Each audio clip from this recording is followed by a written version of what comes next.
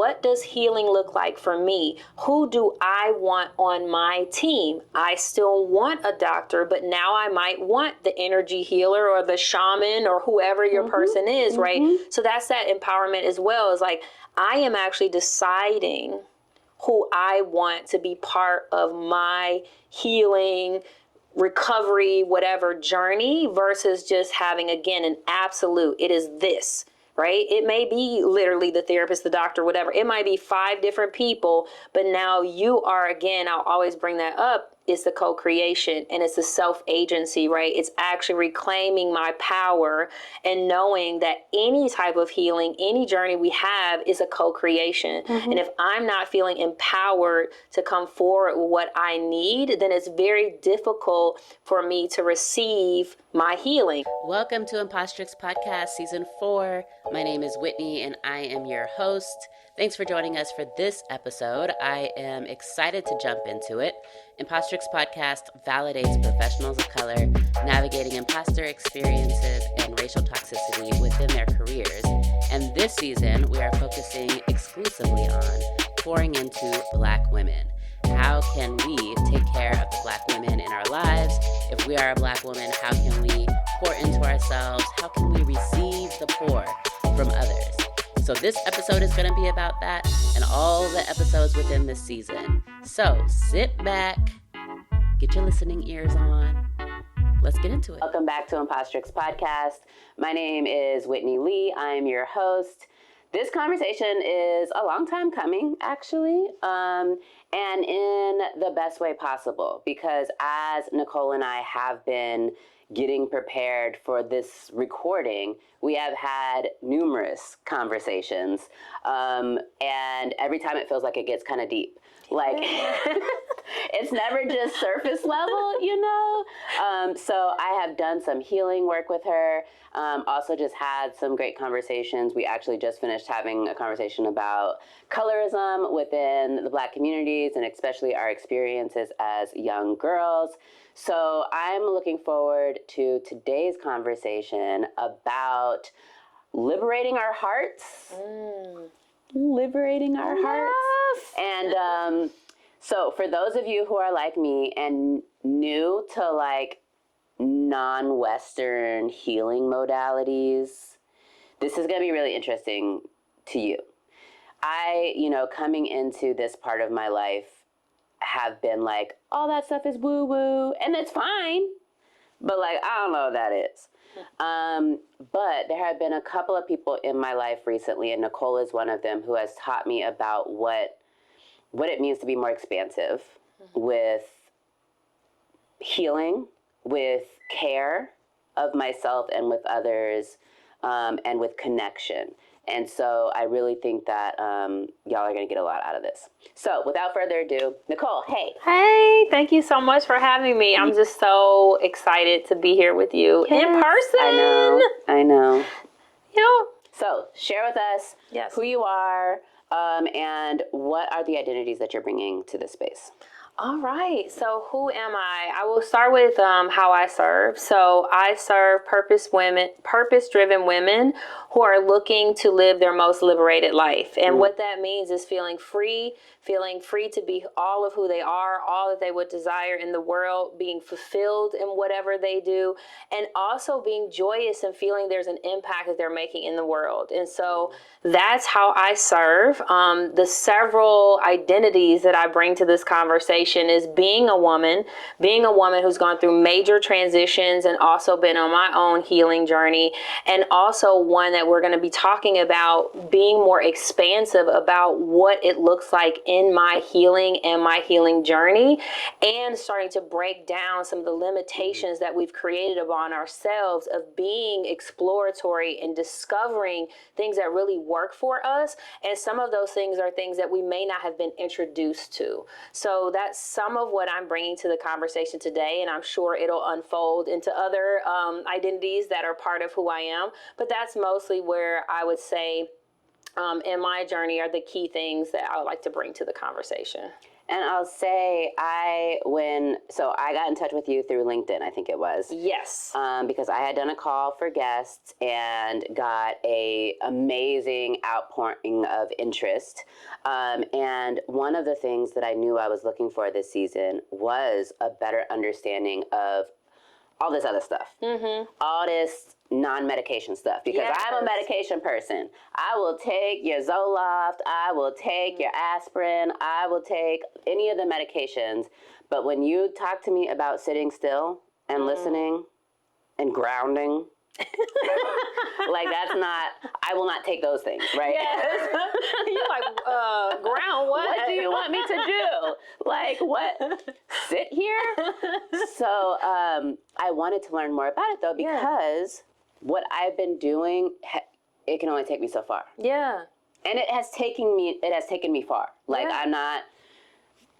it has taken me far, and I am grateful for the healing modalities that I have used. And I could tell in my spirit and in my physical body that I needed something more, and I didn't know what that was. So part of my call for guests was people who did other things, other healing modalities. The only language that I knew about that was energy healing, or like energy work and, Reiki. And I got some really interesting people reach out to me. And as a newbie to this, I don't know what's real and what's not. Because it all kind of sounds a little, like... So, but we have had, and I'll say this to listeners, that since Nichole and I entered each other's lives, like both of our lives have changed in unexpected ways. I think for me, I'll speak for myself. And so I'm excited to talk about that today too. But why don't we start with, we both mentioned the word kind of expansive, being more expansive in our healing. Can you just talk to me about what healing entails or looks like, or like what am I trying to ask? Like, it dawned on me this season that healing is work. Oh, yes. Yes. So much of the time I'm sitting here talking about, I want to heal from this trauma. And all I think that means is like talking to a therapist about it. But through my work with you, I learned that healing also encompasses an understanding of what I am healing from. Yes. And so maybe that's a good place to start, is like, how do you help people to uncover what they're being afflicted with, either spiritually or emotionally or whatever? Yeah.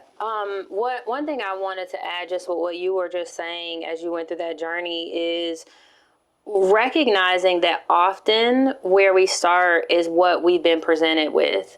And many times we are presented with something that is from more of the medical, kind of Western medical modalities, right? And so to your point, it's not an either or. There are some contributions to that. However, when we're not aware of what other things are available to us, that sometimes where we can feel blocked, or we will judge ourselves why that thing isn't working, right? So when I start to work with my clients, one of the things is better understanding what their experience or journey has been and how they define healing.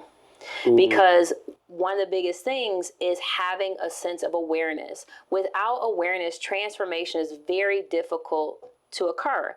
If we look at the word healing, ing is an action, right?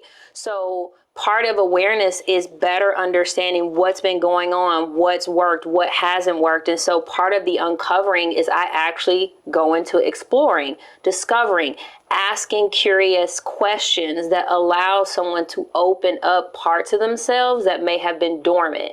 Because also many times we get very poignant, directed questions. Why did you do X? Or why did this happen to you? Well, when I say I'm very curious, take me on a journey in this particular part of your life.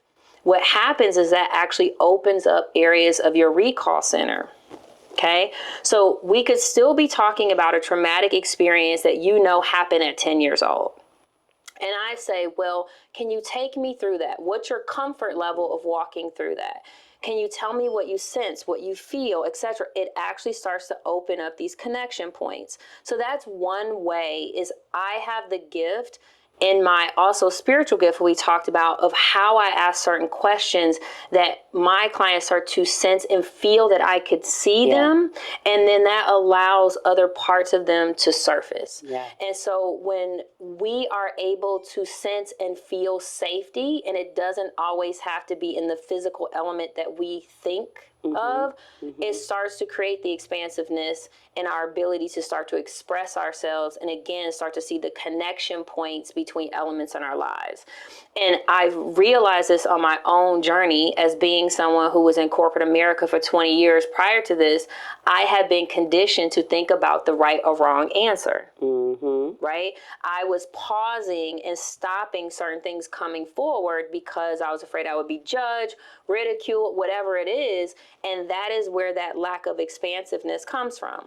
So if I use a different technique than what you're used to, of how the world is always having you feel judged or having the right or wrong answer, that can create a level of safety that automatically you start allowing things to surface. And the thing I'll add to that I've seen that sometimes where therapy can be challenging, is we also have a society that's created a hierarchical experience or a hierarchical thought process about people who are helping us from a medical perspective. The therapist knows more than you. The doctor knows more than you. So what happens is you go into a space, and though you want support, you then give them power and control to determine, to diagnose, to assess who you are and why you're doing it. When that happens, you then suppress areas of expression that then also has you feel that you don't have the power to co-create or co-discover what's going on with you and to identify ways of your own healing. So that's another thing I've seen of why sometimes those environments don't serve our folks or our communities, is there already is this, you know better, or you're going to judge me, or I can't be free, or I've had other previous experiences around safety or the stigma that's still there. And so I just wanted to share that, where some people may listen to this and be like, why have I only gotten so far with my therapist? I would invite you to sit with it and it's like, what part still doesn't feel safe to be seen? So let's pause a minute and just get real. You do everything for everybody. But have you taken a moment to care for future you? Getting your affairs in order isn't just about wills or trusts. It's about peace of mind for you and love for those that you leave behind. Ideally, we should all have an estate plan. And if you're in Georgia, Wills for the People can help you out. But if you're not ready yet to create your will or trust, there's something that you can do that will go a long way in helping the future you. And that is to get organized. The I Plan for This Life Organizer for when it's needed is a workbook designed to help you organize your life with clarity and ease, making it so that if someone needs to care for you or for your affairs because you're not able to, they have all of the information that they need. No stress, no confusion, just a record made by you, about you. Visit willsforthepeoplega.com to get your copy, because you deserve to be prepared and to have your loved ones prepared. Again, that's willsforthepeoplega.com and click on the workbook tab. Back to the show. So I so relate on a number of levels to this reflection. I am like 99% sure that I'm in perimenopause. Okay. I also was recently diagnosed with PCOS. Okay. Both of these are like huge hormonal things that happen in life. And I'm realizing 6 months after this diagnosis that I have given 100% deference to the man doctor who saw me for 15 minutes to prescribe me these hormonal birth control pills on which I gained 10 pounds of weight and cannot lose. Yep. And I didn't even know that there were questions that I should be asking. Right. You know, and it's like, I'm thinking about, I go to these people to be fixed. Right. And so in that action, in that mindset, I am giving all of my trust. Even though I am an educated Black woman, I know that doctors don't know all the things. You know, I know that doctors could care less about me, you know, some of the time, some doctors. I know that this is all about money and capitalism, you know, how they treat patients and how the medical industry works. And yet it's still, I'm here to be fixed. And I think one of the things that I was looking for when I was wanting to discover other modalities of healing wasn't necessarily to be fixed, but more of to do this exploration. And so I'm now in this process of interviewing doctors, physicians, nurse practitioners, health coaches who specialize in hormone balancing. Okay. So that I can have a more holistic response to these hormonal changes that are happening. Besides here's the PCOS diet that you should be on, move more. You need a lifestyle change, here's a pamphlet. Like, I need to change everything overnight because I'm not doing that. Right. Like, I need to know why this is happening, what this means, what are things that I'm going to feel. Like, this is going to be my life for the next 15 to 20 years of perimenopause, then menopause. So, like, and then PCOS is forever. So, like, I need to know, how do I live with these things, you know? And I gave deference to somebody who just did not care it wasn't a big deal. Yeah. And I will add to what you said, too, that I had to go through a similar exercise, again, of we realize how much we've been conditioned to give all of our power over to someone, right? And even when we think about diagnoses, right, they're helpful in helping us have a place to start. However, to your point, it's not always looking at us holistically. So a lot of what I do is looking at mind, body, emotions, and spiritual, because we are interconnected beings, yet we have a society that likes to compartmentalize and tie a symptom and then try to respond to the symptom, when ultimately there's something at the layer of the root, right? So even when we talk about all these different diagnoses, there's no one really saying, okay, being curious of like, what's happened in your life emotionally, what's happening in your life physically, what's happening in your life, say, spiritually, that could be impacting a response system to your hormones that is ultimately having an impact on your body and inflammation, which is ultimately having an impact on you perhaps going through grief or depression, which is also then impacting the hormones, right? Because if we don't look about the thought process, the emotional aspects, your environmental experiences, then yes, you could be diagnosed with something where the root cause is actually something else. Yeah. And the reason why I bring that up is one of the things that I've learned along my journey is how many people are misdiagnosed with depression when they actually have grief, right? Because how many people are asking curious questions about outside of the symptoms. Did something happen in your life recently that this is tied to these types of symptoms? What we see, again, I'm not a doctor, but what we see is depression, typically people don't know why they're feeling the way they're feeling. Grief, there's typically a situation, circumstance, or event. However, many doctors aren't given the education, just like with nutrition, to be able to ask these types of questions to ensure that you're giving the care that someone needs.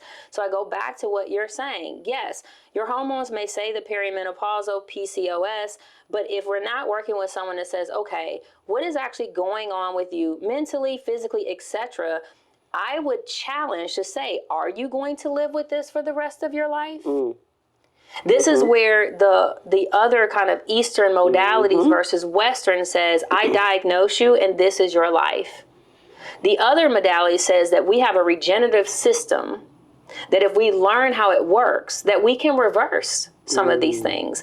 I have friends in the menopause, perimenopause space that have done studies that show there are certain women around the world that don't even ever go through the symptoms that we go through in the Western world. So this is when we get expansive and we explore and we become discover. We get to decide what our absolute is and what it's not. Yeah. We get to decide, am I living into what you just diagnosed me with or am I not? And this hits home for me because my mother, when she was diagnosed with cancer, because of what she had experienced, she had already declared her death on her life from the day she was diagnosed. So once you declare something, your body starts to decide that that is what you're going to live into. Right. And so my emotions are more of the passion that I desire for us when we talk about liberation is to say, you gave me a diagnosis, but I am free to decide what I do with that. I'm free if I allow it to bound me, or do I allow myself to become even more curious, to be empowered to co-create the experience, and me have the authority to ask the right questions to ensure that you even diagnose me correctly. Okay, because we also know in our culture, we're misdiagnosed more, we're not given the proper care, and we're dismissed more than we are embraced with the right answers, you know what I'm saying, the right information. So I'm getting a bit emotional because you can tell my passion, because that is why I've lived into this. I ask myself all the time, does this align to me? Does this feel aligned to me? Do I feel energetically connected to the person I'm talking to? Are they actually seeing me? Or are they seeing what they have in a lab report or what they seen repeatedly? Are they actually seeing me? Because that's what I dealt with my mother. I'm like, you looked at research that was done by pharmaceutical companies. You don't know anything about diet. You don't know anything about energy work. You don't know anything about that. So that helped me become more empowered to take over my mother's protocol. Now, my mother passed away, and I share with you the declaration, I believe, is part of that, but I also believe that's why I came into the work that I do. She gave me that gift. But it's why I got into hypnotherapy. It's why I'm certified as a hypnotherapist. It's why I went into mindfulness. It's why I'm certified in energy healing and a health coach and a life coach. It wasn't the certifications. It was me now looking at my life holistically and seeing the gap of helping women look at their life holistically. So this is the second time today we've been crying over here, just so you know. And tears are good. Crying is necessary as part of the healing process. And many of us have been taught, well, I wasn't taught this, but I know I work with a lot of people who were taught that crying is weakness, right? So this is what I say when I say our conversations go deep, right? So, okay, how do I want to get into this? We're going to talk about heart. Okay. Right? We're going to talk about heart. Let's talk about it. What you said, I think I have a story. Okay. Okay. So for listeners, I did 2 liberated heart sessions with Nichole, and I'm going to let her explain that in a second. Okay. But at the same time that I was doing these sessions with you, and I know I've already shared this with you, I was doing EMDR with my therapist. Okay. Yeah. And your question about the hierarchy, you know, of the medical professionals and the deference that we give them. This is a new therapist for me, and EMDR is new for me. Okay. And the question that she is asking me most of the time is, what has come up for you? And when she first asked me those questions, I hated it because I'm like, any number of things have come up. Right? Yeah. Like, she's saying, do the tapping, the butterfly taps, and think about the thing, and now what has come up for you? And everything comes up for me. Yeah. Everything from, well, my outfit was like that. Well, it felt cold, or I'm actually just kind of hungry like right now, and so I can't think about this thing because I'm hungry. Yeah. And when she says, what comes up for you, what she means is all of those things. Yes. Yeah. And starting to get comfortable just saying that. And so in one of our sessions, you talked to me about the generational emotions, harms, hurts that my heart was carrying. One of those being worthlessness through 2 generations on my maternal side. And I remember also the other thing that I loved about your sessions was that we went into it with you being like, so we're not processing.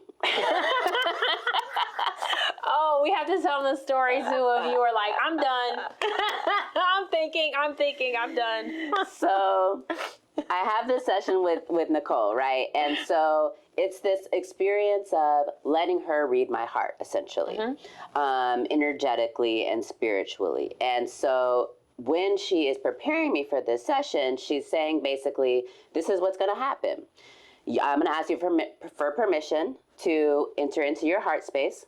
And then I am going to basically have a conversation with your heart space, with your heart.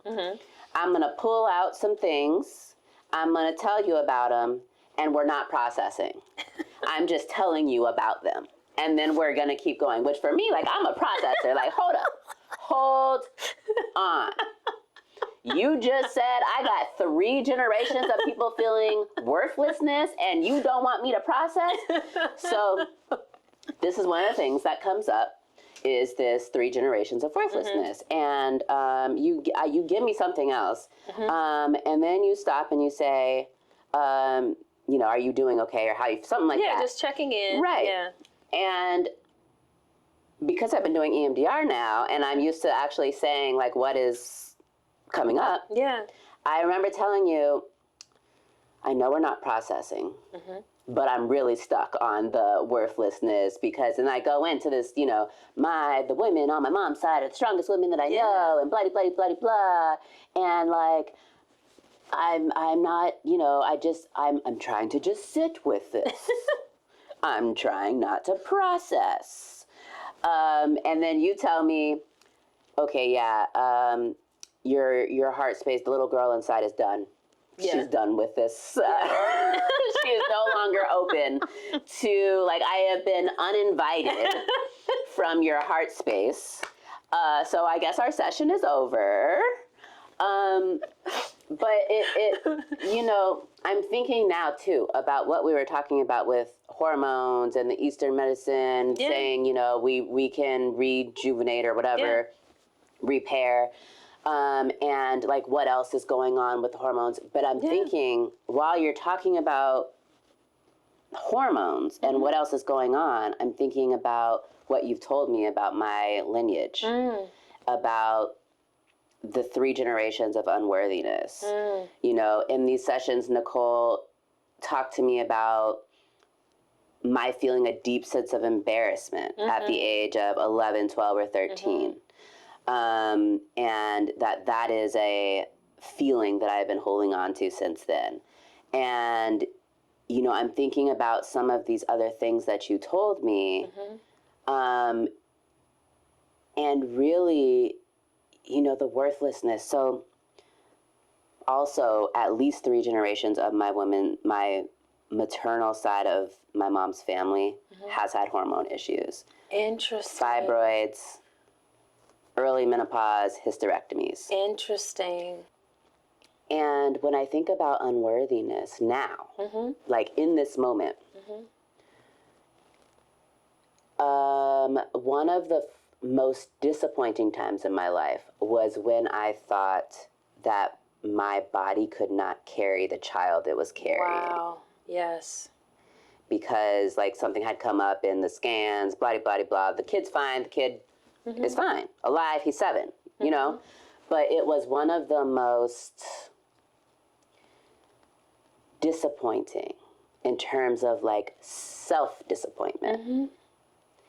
And so now when I think about unworthiness, or about kind of some of these other emotions that you brought up for me, but specifically that one, since you mentioned 2 generations down on my mom's side, and knowing that 2 generations down on my mom's side, right, they had hormonal issues that may or may not have been, I mean, obviously they both had kids since my mom's here and now I'm here. Yeah. But it's just, you know, I had a conversation 2 days ago with a PCOS coach. Okay.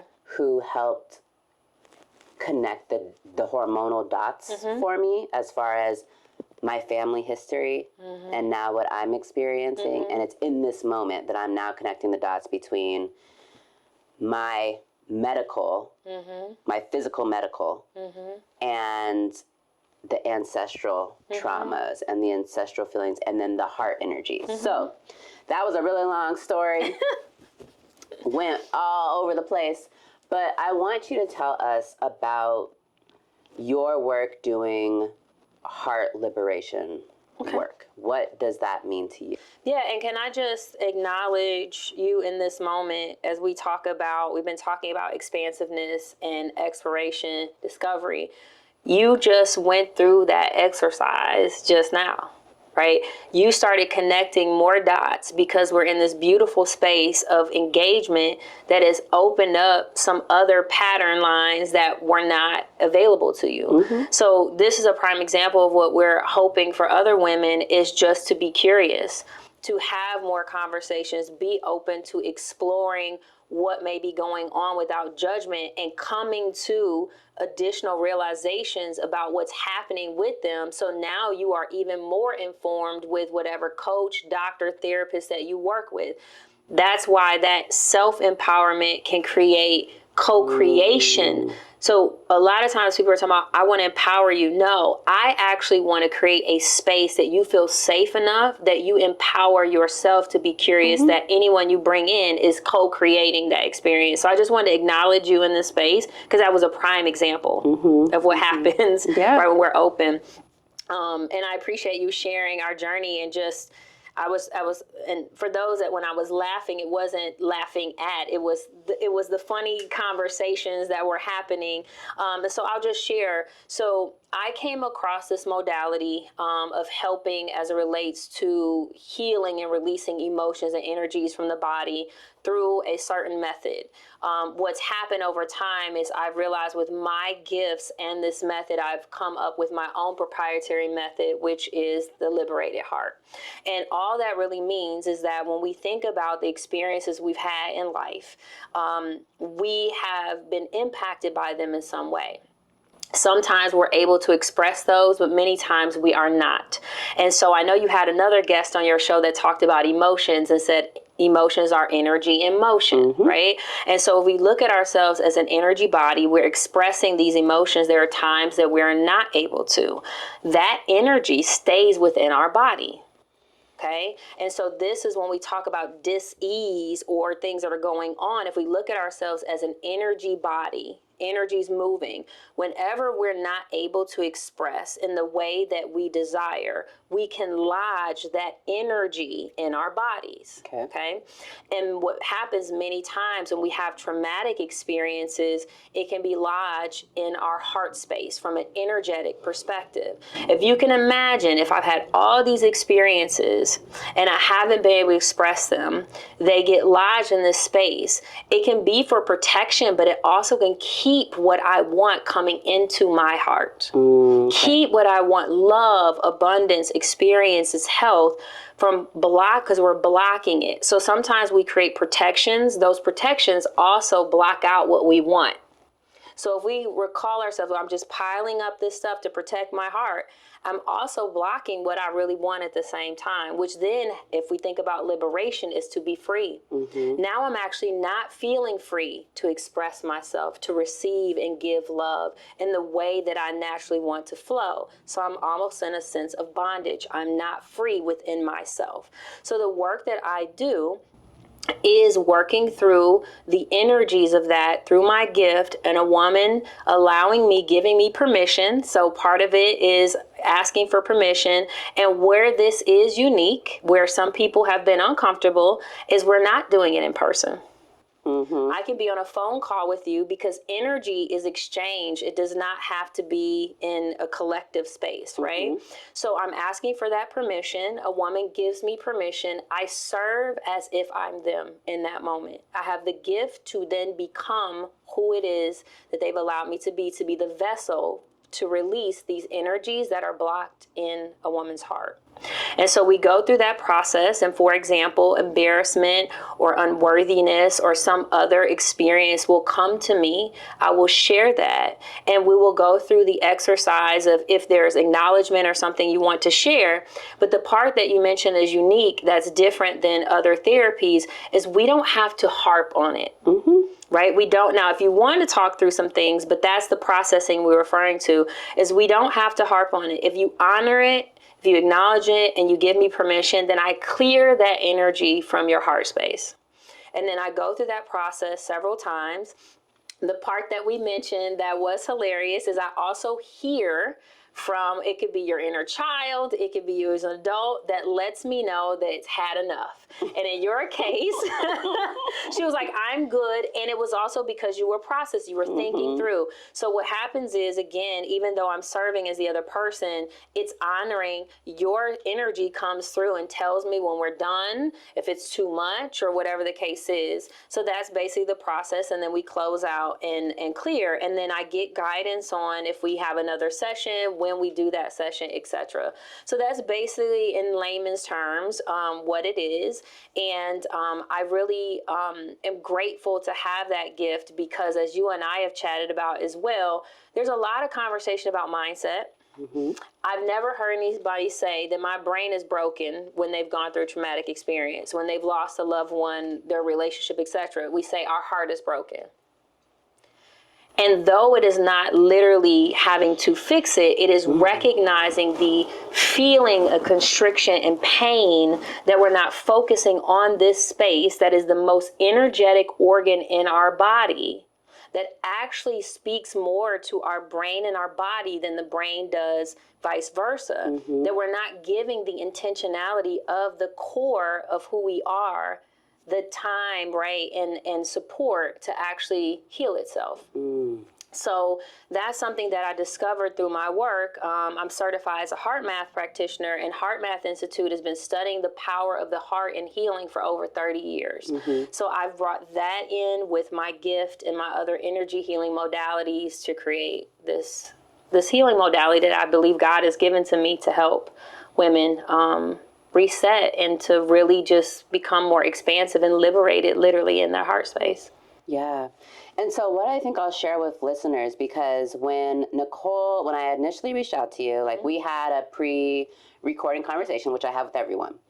And of course, this season, I am trying to do a thing that my guests tell me to do, because I can't be talking about pouring into Black women and then I'm not doing nothing. Like, I'm just sitting on the couch, So we decided that I would do a session with you. One session turned into 2 sessions. And so what this looks like for me was a phone call. I was sitting in my safe place, which is on my bed on top of a very fuzzy, comfortable comforter. And you were on speakerphone, and I was listening to you. And I don't know what I expected, but what I got, when I say I don't know what I expected, like when people say energy healing, heart healing, releasing the emotion, because I like the fix, right? Like, what I envision is my heart is going to physically feel better. Like something, I'm going to notice a change in my body. Yes. I'll feel lighter. And that is not what happened. Instead, what happened is this story that I just told you. It's like, you have given me information that now helps me connect some dots. And even when things like, you talked about heartbreak, not brain break, that deep embarrassment that I felt was relating to a supposed trauma that I've never felt actually traumatized by. I was embarrassed by it. And then, you know, realizing, okay, well, I guess embarrassment can be traumatic. Anyways, but I feel, when I talk about that, I feel that in my heart. Yes. And being able to call it what it is, like being able to acknowledge that thing, for me, is the release of it. Yes. And so when we're talking about my family and the generations of hormonal imbalance and the womb space and what it means to be a woman. Yes. And worthlessness. I now feel like I have more information, and the regeneration part of the thing. I feel like I have more information now, and I'm on this journey of being able to have the tools to resolve, to not pass that feeling of unworthiness, by being able to better understand my body, my hormones, the air around me, all of the other things, besides just that I've got cysts on my ovaries and an irregular menstrual cycle. Right. Yes. And I think, for others who are like me, who this is all very new, like, I wanted to share that because I've always had a hard time just understanding, like, what is happening. Yeah. What is happening for the person that is experiencing one of these types of sessions, this woo-woo stuff. Like, what is actually happening? Yeah. And that is what's happening. And that I started this episode by saying, both of our lives have been impacted by us being in each other's lives. And for me, that's it. It is this being able to be open to this additional information, which is being combined with all of this other new information, and being willing to trust it, I think, is the other thing. Instead of resting my trust on these doctors, and I want a doctor on my team. I'm looking for a doctor that I trust, but, like, instead of this, like, blind faith in Western medicine, I am reaching more into myself, my intuition, my power, and my ancestry, and then nature, to heal. Yes. Which is just a very different kind of healing than it ain't no Prozac. Yes, honey. And I love that you talk about the holistic nature, right? Like, the thing that I appreciate that you brought up as well, that we talked about, is everyone has a different experience. And that is the part of our own embodiment as it relates to what this experience will look like. So to your point, in your case, the release was actually what you just said, was opening up your heart perhaps to be more curious. So what's interesting is releasing that energy created more expansiveness in your heart to actually be able to put the pieces together or to become more curious, where someone else does have it and they literally feel something in their body, right? I've had clients that are like, I literally can feel lighter. I've had people lose weight. People have experienced where they have chills or they feel tingling, because everyone's different. And that's what's beautiful about this as well. Unlike what we're used to of Googling and be like, these are the symptoms. This is actually how you should feel, or this is how you should respond. And so what I appreciate about our journey is I don't take it lightly that you trusted me to explore and go into the unfamiliar, which we also know is what can be uncomfortable for Black and brown folks, that could leave us with block us from seeing other opportunities in our healing journeys, right? And so I just want to acknowledge you for that. And what it does do, what you just talked about, is saying, what does healing look like for me? Who do I want on my team? I still want a doctor, but now I might want the energy healer or the shaman or whoever your person is, right? So that's that empowerment as well. Is like, I am actually deciding who I want to be part of my healing, recovery, whatever journey, versus just having, again, an absolute, it is this, right? It may be literally the therapist, the doctor, whatever. It might be 5 different people, but now you are, again, I'll always bring that up, it's the co-creation and it's the self-agency, right? It's actually reclaiming my power and knowing that any type of healing, any journey we have is a co-creation. And if I'm not feeling empowered to come forward with what I need, then it's very difficult for me to receive my healing. So the thing I will share as well, when we put all the dependency external, I call myself a healer because I am given the space. I'm a vessel for healing. The only way someone heals is they are open to co-create that experience. I cannot heal you. And I share that because I think that's what's blocked some people from going into the healing space, because unfortunately, there are some people who have gotten very big egos and they're like, I can heal you, right? I'm your healer, right? Yeah. And so people are like, oh, we're not going. No. Healers we are the ones who can see, we see certain things that maybe you cannot see. We are here to hold space. We're here to use our divine gifts to be a vessel, a channel, a container that allows you to discover parts of yourself on your healing journey. And I just wanted to share that because I think that's where there's been some resistance. It is not me. You are giving me authority and power to support you in that time.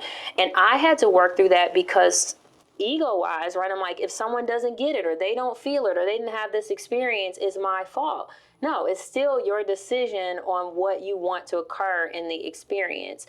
The other thing I will add that's very fascinating, just in your situation, it's not always instant. So we're used to an instantaneous response, right? Like, I pinch your face, I feel it, right? What I found with this work I do, it could be weeks, it could be months later. And if people are aware of what it created in their openness, they will see the correlation. I had a client tell me, I don't think I'll ever date again. I'm not ready to do X, Y, Z. They had forgotten that we had just done several of these sessions. I'm laughing because they're probably laughing too. And then they were like, you know what? I'm dating again. And they were just talking casually to me. And I was like, do you see the correlation?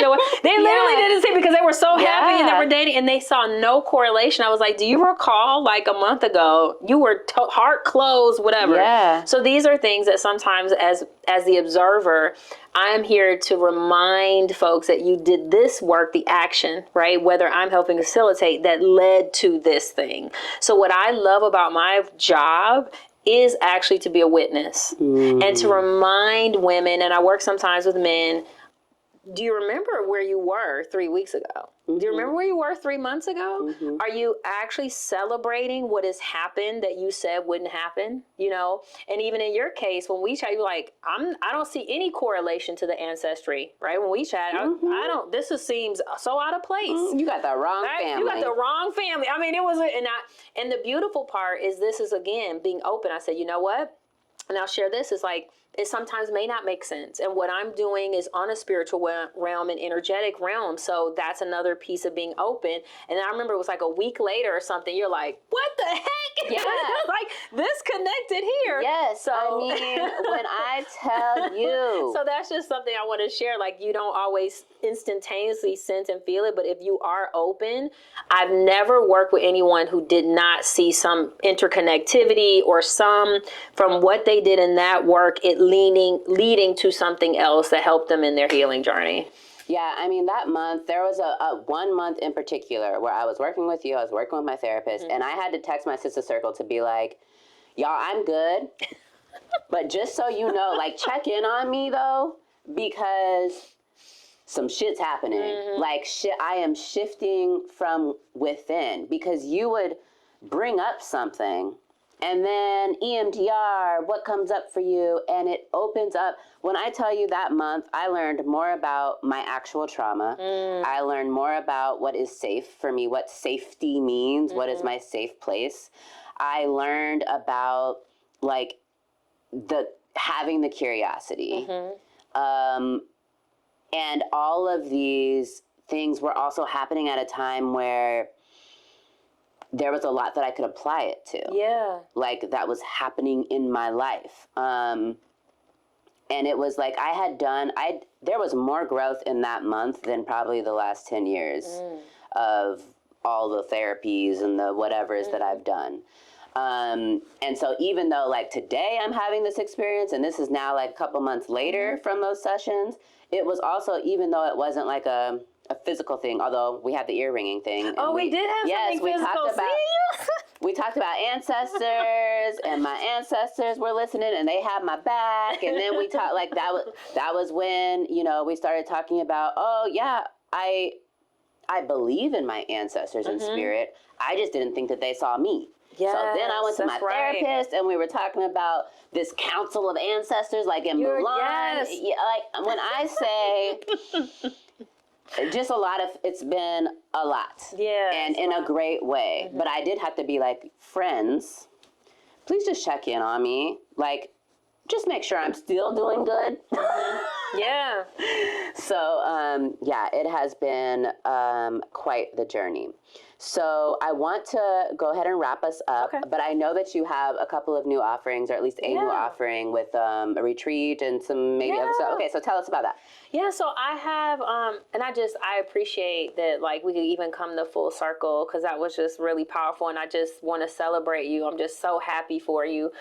Yeah, so one of the things is I typically have done most of my Liberated Heart work with clients who are with me longer term, longer container. And so through our conversation, I share with you, and through a few others, it has been placed on my heart that I need to offer this as a single offering to women, because what I have found is, again, if we have so much blockage in our heart, it's so difficult to do some of these other modalities and work even with a therapist or a coach, because we're not realizing how much we're actually carrying in this space.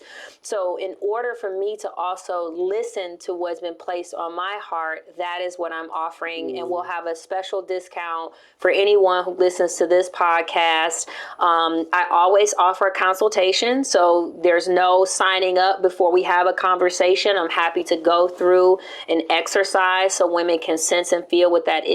I have several testimonials from women. So whatever is necessary for someone to feel comfortable with something that is different. There aren't as many Black and brown people I'm aware that do this type of work, particularly the work that I'm doing. Obviously, I say there's a kind of proprietary element, but just there might be some discomfort and not knowing, and it being virtual and not being able to tap into you and all those things. We can talk through all of that stuff. But yes, we'll offer that. And again, I just appreciate and I'm grateful that you came into my life to make sure that I was listening to the call as well, and, you know, doing what I know that women need so much at this point, just to feel loved, seen, and heard, and just releasing that heaviness that can be on our hearts. Yeah, absolutely. You know, I definitely am someone who, although I said I wanted to heal, I was very close-minded about what that meant. And now I'm realizing that closed-mindedness was also closed-heartedness. And so, you know, for listeners who are out there who are like me, you want to, quote, heal, and you've been doing the things. You've been doing some things, but you maybe feel stagnant or maybe feel like there's something else. You don't know what it is, but maybe there's something else. I do encourage you to think more expansively and holistically, because when I say it has changed everything about how I care for myself, about how I can be intentional about rest, about fresh air, about, you know, looking into my body, questioning doctors, like just all these random things, right? It's really helpful. is very, very helpful. So where can we find you? You can find me. The best place I would just say is my website is the easiest because it has all my socials. That's a way you can connect to a call. And I know we'll have that. NicholeLee.love, NicholeLove.LOVE. Yes, Nichole with the H. Yes, Nichole with an H. And I think I didn't even spell the whole website, but we'll have that anyway. Yes, I didn't even put my last name in there. I'm just trying to but yes. And I'm on Instagram, I'm on LinkedIn. I know we'll have all that information available. But yes, but just even stopping on my website, I know we talked about the one offer. I do offer retreats. Something that is new I actually just thought about is I'm offering one-on-one retreats along with group retreats. So what I'm also finding, I appreciate us kind of following up on that, is that sometimes just having the one-on-one calls is not as beneficial as having time away, like you said, extracting yourself, whether it's nature, and us working together in what I now call your me treat. It's all about you, right? And then there's the retreat, which is group, but that's we treat. So we're all coming together. So that is a new offering that's coming about. I'm finding more women who are like, I can't make the group, but I would love to be with you for 1 or 2 days. So that's something as well we can talk about in a consultation. But yeah, I highly recommend having a call with me. The thing that I always say is if there's something I can help you feel seen, loved, heard, or empowered, then I've done my job. Awesome. Nichole also hangs out in the WhatsApp group. Yes, I do. Not that you should monopolize her time in the WhatsApp group. Yes. Just saying. I am in the WhatsApp group. Feel free to stop in and say hey. Yep. Thank you so much for this conversation. Thank you so much for the opportunity. And just also, again, just providing new ways for people to have awareness of other modalities that are out there that can support us. Yeah, absolutely. Thank you. Thank you. Thank you so much for listening to this episode of Impostrix Podcast. I hope that you got what you needed. If you're ready for more, feel free to go through the other 3 seasons worth of amazing episodes that we've put together for you. I want to hear from you. I want to know how you related to this episode. So if you're listening on Spotify, feel free to answer the question or send a text. You can do that through your Spotify app. If you're listening elsewhere, make sure that you follow me on Instagram at Impostrix Podcast. And if you like to text, go ahead, go to the show notes, look for the link for the WhatsApp community, because we just got it started this season for season 4, and I love to chat, so hit me up. Also, thank you to Chris at Digital REM for editing this episode. Until next time, be validated.